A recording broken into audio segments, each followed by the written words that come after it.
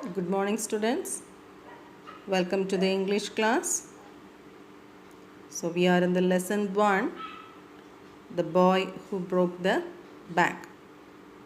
So, let us recall the previous class.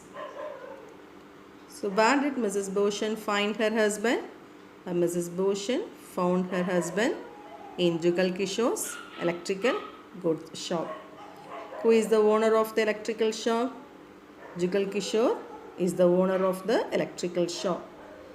What was the message conveyed by Mrs. Boshan to Jugal? Mrs. Boshan conveyed that the bank has not paid its employee for 3 months. Who was Jugal's neighbor? So Faiz Hussain was Jugal's neighbor who owns a barber shop. Why Faiz Hussain's hands were shaking? So on hearing the news, his hands were shaking because he was having an account with the bank. What was the reason for the elderly gentleman's pain and distress? The elderly gentleman's pain was that Faiz Hussain had nicked his right ear, and the distress was due to the news that he had just heard. The gentleman reacted to the news. So the gentleman leaped out of his chair and sped across the road to a general store where there was a telephone, and he started dialing Seth Govindram's number. Why did he believe that Seth was holidaying in Kashmir? The elderly gentleman did not believe because he was wondering how could the owner of a bank could holiday in Kashmir when the bank was about to bankrupt or about to collapse. That is why he did not believe. The elderly gentleman did not believe that Seth was holidaying in Kashmir. He hurried back to the barber's shop and told Faiz Hussain, "The bat has flown. Seth Govindram has left town. Definitely it means a collapse. I will have the rest of my haircut another time." And then he dashed out of the shop, making a beeline for his office and checkbook. So the gentleman told that Seth had left the town to escape from the anger of the investors. The bird has flown here means Seth Govindram had escaped. And making a beeline means walking directly and quickly to a particular place. So telling this to Faiz, the elderly gentleman went directly and quickly to his office to take the checkbook because he wanted to withdraw the money.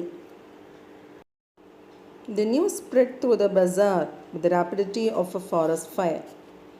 From the general store, it traveled to the tea shop, circulated among the customers, and then spread with them in various directions to the pan seller, the tailor, the fruit vendor, the jeweler, and the beggar sitting on the pavement. So now the news spread like a forest fire, and from the general store, it reached the tea shop, and the customers in the tea shop were discussing about the news, and then it spread in various directions, and it reached the pan seller, the tailor, the fruit vendor, the jeweler, and the beggar sitting on the platform. Men stood in groups at street corners discussing the situation. The small town in the foothills seldom had a crisis and never had floods, earthquakes, or drought. And so the imminent crash of the local bank set everyone talking and speculating and rushing about in a frenzy. So people at this town had never faced such a panic condition, and they were not able to understand how to react. So they were discussing the situation here and there at the street corners, and they seldom faced such a kind of situation. Seldom means rarely. And they were discussing or speculating. Speculating means guessing and discussing the reason for the collapse of the bank. And they were rushing about in a frenzy. It means the people were in an excited state, or they are in an anxious to know about the reason for the collapse of the bank.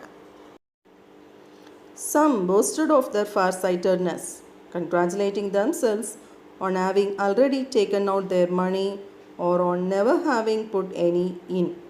Others speculated on the reasons for the crash, putting it all down to Seth Govindram's pleasure-loving ways. The Seth had fled the state, said one. He had fled the country, said another. Others insisted that he was hiding somewhere in town. So there were some people who were very proud of their far-sightedness.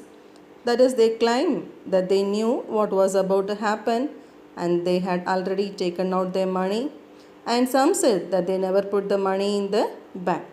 So some people are proud about their far-sightedness for they have taken their money out, and some are proud that they never put any money in. And now people were making assumptions about what could have happened. They were speculating or guessing what could be the reason for the collapse of the bank. And mostly people said that it was because Seth was a pleasure-loving person. That is, he was not a hard-working man. So these are the different guessworks that people were making about Seth, and some told that he had fled the state, and some told that he had fled the country, and some others even they told that he were hiding in some other place in the town. So let us recall, what did the gentleman tell Faiz Hussain? The gentleman told Faiz Hussain that Seth Govindram has escaped. Did the gentleman complete his haircut? No, the gentleman did not complete his haircut. Why was the gentleman in a rush? The gentleman was in a rush to his office to take the checkbook to withdraw the money from the bank. Who were the other persons came to know about the news? The other persons were the pan seller, the tailor, the fruit vendor, the jeweler, and the beggar sitting on the pavement. Why some of them were congratulating themselves? Some of them were congratulating themselves because they were very proud of their far-sightedness, and they told that they knew about what was about to happen, and some told them that they had taken the money already from the bank. And why did they presume was the reason for the collapse of the man? They concluded that Seth Govindram was a person of pleasure loving, and because also he was not a hardworking man, the bank was collapsed. The meanings for the words: making a beeline, went quickly and directly to his office because he wanted to withdraw money from the bank as soon as possible. Circulated means the news spread to many people. Seldom, rarely. An imminent and unpleasant event that is likely to happen very soon. Then speculating, guessing and discussing the causes and effects of the bank collapse without knowing any facts or details. Frenzy, a state of great excitement or anxiety. And far-sightedness, wisdom that comes from thinking about and understanding what will happen in the future.